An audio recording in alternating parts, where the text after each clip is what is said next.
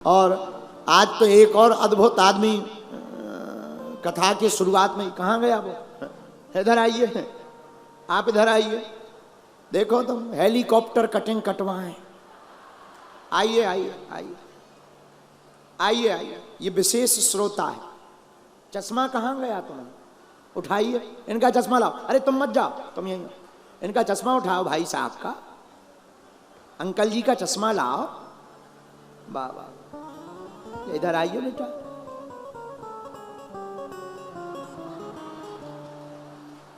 बिल्कुल साफ है, आओ नजदीक आओ।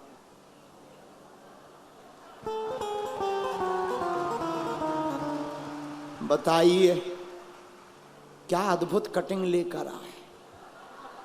दूर से देखने से ही पता चल रहा कि ये शुद्ध गुजराती है। तुम यहाँ के नहीं हो, गुजरात के नहीं हो, कहीं और से टपके हो।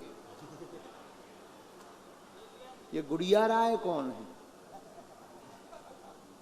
तुम्हारी पत्नी?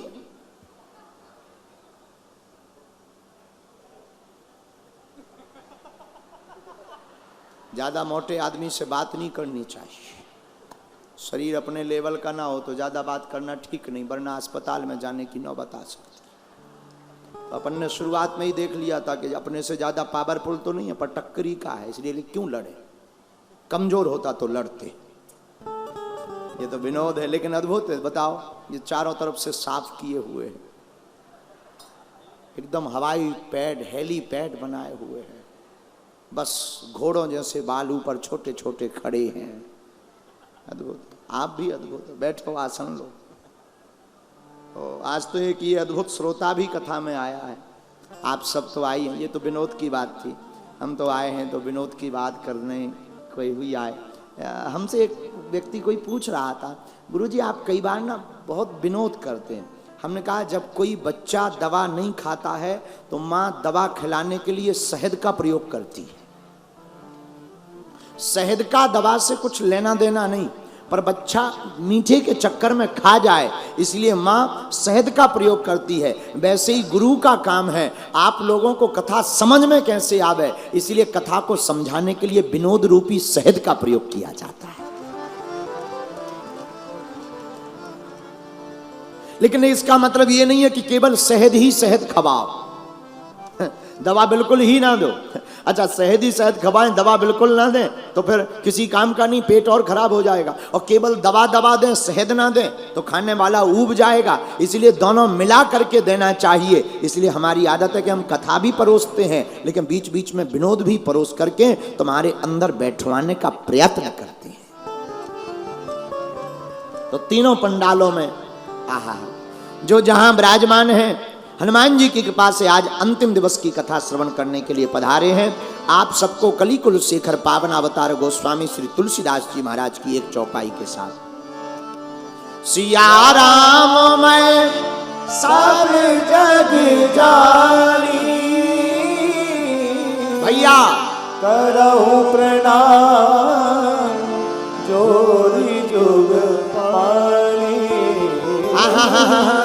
करहु प्रणाम जोरी जुग पानी। सीताराम सीताराम सीताराम सीताराम सीताराम सीताराम। अरे साधु जी जोर से बोलो,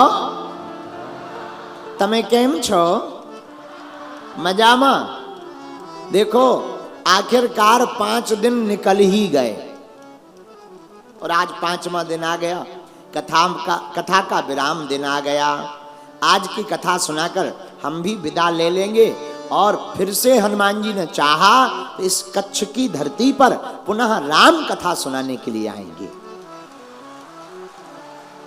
जब हनुमान जी कृपा करेंगे। आहा, श्री हनुमान जी महाराज का पावन चरित्र बड़ा अद्भुत है। रामायण में राम ना हो तो रामचरित्र मानस अधूरी है। राम के बिना अगर रामचरित्र मानस अधूरी है तो हनुमान के बिना हमारे राम भी अधूरे हैं।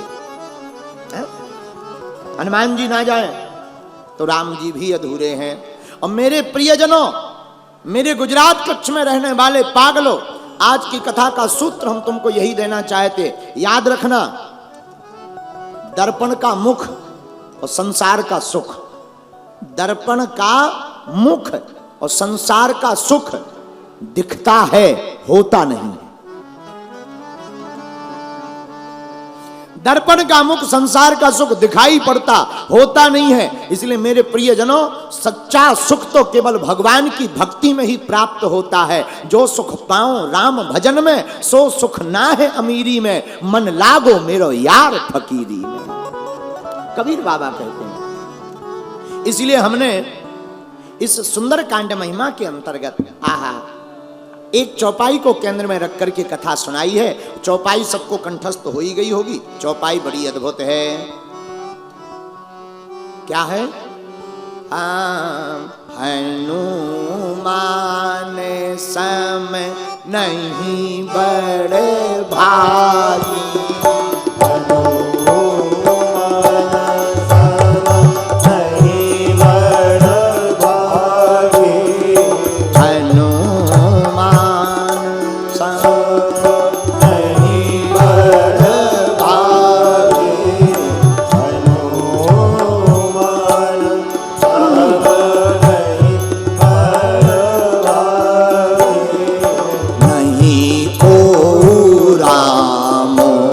चरण अनुरागी, नहीं हो चरण अनुरागी, हनुमान सम नहीं बड़ा भागी, हनुमान सम नहीं बड़ा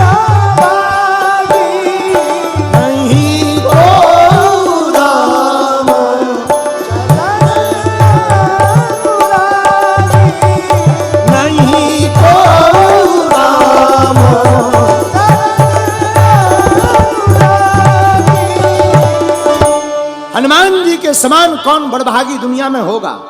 बोले क्यों? बोले जिन्हें राम के चरण की सेवा करने को प्राप्त होवे, वही तो हनुमान जी महाराज बड़भागी हैं। बड़भागी अंगद हनुमाना। और केवल हनुमान जी बड़भागी नहीं, अंगद जी भी है। अरे रोको रोको रोको, अंगद जी भर नहीं है, हनुमान जी भर नहीं है, और भी बड़भागी है। अतिशय बड़भागी चरणन लागी, जुगल नयन जलधार बही। आहा, श्री अहिल्या जी, आहा, अहिल्या भी बड़भागी है। क्यों? अरे भैया सुनो सुनो सुनो, कितनी अद्भुत बात। जिन्हें राम की सेवा प्राप्त हुई वो बड़भागी हनुमान, जिन्हें राम के साथ रहने का मौका मिला वो बड़भागी अंगद, जो जिनके कारण राम जी धाम पर आए वो बड़भागी, परम अतिशय बड़भागी हमारी अहिल्या माता जी हैं। क्यों? अहिल्या को ऐसा क्या मिला? अरे भैया, अहिल्या को मिले प्रभु श्री राम के चरण। एक बात और बोले, कह दो, बोलो। भगवान के चरण और संत के आचरण जिसको मिल जाते हैं उन्हीं का बेड़ा पार हो जाता है? भगवान के चरण अहिल्या को प्राप्त है। और अहिल्या कौन है? अहिल्या वही है जिसने पति के साथ छल किया, श्राप मिला, जाओ तुम पत्थर बन जाओ। देखो कितनी अद्भुत बात, पत्थर बन जाओ, पत्थर, पत्थर बन जाओ। किसी ने अहिल्या से कहा पत्थर तो तुम्हें बनना है, एक बात बताओ पत्थर कहां का बनना? तुम अयोध्या का पत्थर बनना चाहोगी या कहीं और का? अहिल्या ने कहा क्या फायदा है। लोगों ने कहा अयोध्या का पत्थर बनोगी तो प्रभु श्री राम पूर्ण परब्रह्म परमात्मा जगदात्मा जगदीश्वर श्री राम प्रकट होंगे। राम प्रकट होंगे तो कभी अयोध्या की गलियों में खेलेंगे, खेलेंगे तो तुम्हारे पास आएंगे और तुम्हारे ऊपर चरण रखकर तुम्हारा उद्धार कर देंगे। इसलिए तुम अयोध्या का पत्थर बनो। अहिल्या बोली नहीं, क्यों? बोली हमें अयोध्या का पत्थर नहीं बनना है। बोले फिर कहां का पत्थर बनना? बोले प्रभु श्री राम की शादी कहां होगी? बोले जनकपुर में। अहिल्या कहती है अगर हमें पत्थर बनाना ही है तो जनकपुर की गली का पत्थर बनाओ। तो किसी ने कहा अरे अहिल्या तुम बाबरी है, तेरी मति मारी गई, तेरा दिमाग खराब है। अरे अयोध्या धाम जाने के लिए बड़े बड़े लोग तरसते हैं। अयोध्या जी जाने को जी चाहता है, अयोध्या जी जाने को जी चाहता है, जी चाहता है मोरा मन चाहता है, जी चाहता है मोरा मन चाहता है, सीताराम गाने को जी चाहता। तो लोग पूछेंगे अयोध्या क्यों जाना? अयोध्या जी में सरयू जी बहते हैं, सरयू जी बहते हैं, हाँ सरयू जी बहते हैं। तो क्या हुआ? अरे गोता डुबकी लगाने को जी चाहता है, अयोध्या जी जाने को जी चाहता। माता अहिल्या से किसी ने कहा हे अहिल्या, अरे ये भागनी, एक तो तूने ऐसा काम किया, ऊपर से तू पत्थर बन रही, और तीसरी बात तू अयोध्या का पत्थर बनना पसंद नहीं कर रही है। अहिल्या कहती हमें पत्थर बनाना है, जनकपुरी का गली का बनाओ। क्यों? बोले अयोध्या में जरूरी नहीं, प्रभु श्री राम हमारे ऊपर चरण रखेंगे, लेकिन अगर हमको जनकपुरी का गली में आपने पत्थर बना दिया तो तय है कि राम जी जनकपुर आएंगे, क्योंकि राम है भगवान, माता जानकी है भक्ति, और भक्ति से मिले बिना भगवान रह नहीं सकते हैं। और जब आएंगे राम तो बीच में हम मिल जाएंगे, और बीच में हम मिल जाएंगे तो हमारा उद्धार हो जाएगा। कितना अद्भुत संकेत छिपा इस कथा में। मेरे प्रिय जनों श्रोताओं, कितनी बड़ी बात छिपी। भगवान को पकड़ने पर जरूरी नहीं है तुम्हारी पकड़ मजबूत हो और परमात्मा प्राप्त हो, लेकिन अगर तुमने भक्ति को पकड़ लिया तो तय है कि परमात्मा को तुम्हें मिलना ही पड़ेगा, कोई नहीं रोक सकता। आहा, आंखों में आंसू भरकर अयोध्या से दूर जाकर जनकपुरी की गली में पत्थर बन गई अहिल्या। प्रभु श्री राम जनकपुर के लिए गुरुदेव के साथ गई। और कितना अद्भुत संकेत है रामायण का। देखो कितनी बड़ी बात रामचरितमानस सिखा दी। कई बार बात बात में रामायण इतनी ऊंची बात सिखा देती है कि समझ में नहीं आता। ऐसे समझो,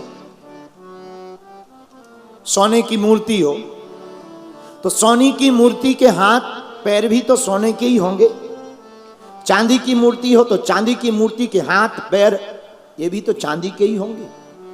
जिस धातु की मूर्ति होती है उसी धातु का तन होता है। उसी प्रकार मेरे प्रिय पागलों, हमारे राम जी करुणा निधान है, और करुणा निधान का तन भी करुणामय।